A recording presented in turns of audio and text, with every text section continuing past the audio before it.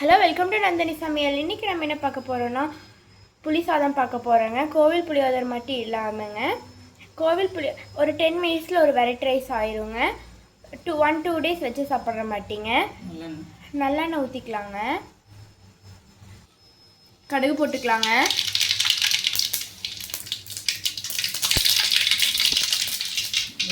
வெந்தயம் போட்டுக்கலாங்க,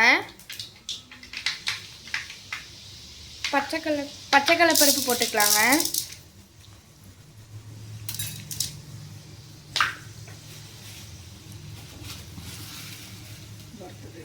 வறுத்த வேர்க்கடலை போட்டுக்கலாங்க,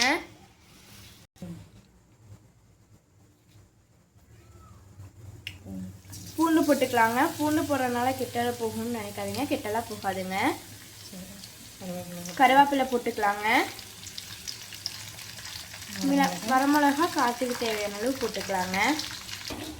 இதெல்லாம் நல்லா பொரியணுங்க. புளித்தண்ணி சேர்த்துக்கலாங்க. பாருங்கள், புளித்தண்ணி ஆட் பண்ணியாச்சு. நல்லா ட்ரை ஆகணுங்க புளித்தண்ணி.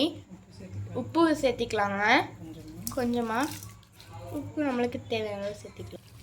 பாருங்கள், புளித்தண்ணி நல்லா ட்ரை ஆயிடுச்சுங்க.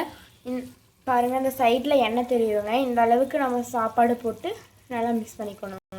பாருங்கள், புளிச்சப்பா நல்லா மிக்ஸ் பண்ணியாச்சுங்க. செம்ம டேஸ்ட்டாக இருக்குங்க. 10 நிமிஷத்தில் ஒரு ஈஸியாக ஒரு வெரைட்டி ரைஸுங்க. இது வெளில எங்கேயாச்சும் கோயிலுக்கு இல்லை ட்ரிப்பு டூருக்குன்னு போகிறதா இருந்தால் கொண்டு போய்க்கலாங்க. 2 நாள் இருந்தாலும் கிடையாதுங்க. அதெல்லாம் லைக் பண்ணுங்கள், ஷேர் பண்ணுங்கள், மறக்காமல் சப்ஸ்கிரைப் பண்ணுங்கள். இது கோயில் புளியோதரை இல்லைங்க. அடுத்த வீடியோவில் கோயில் புளியோதரை போடுறோங்க.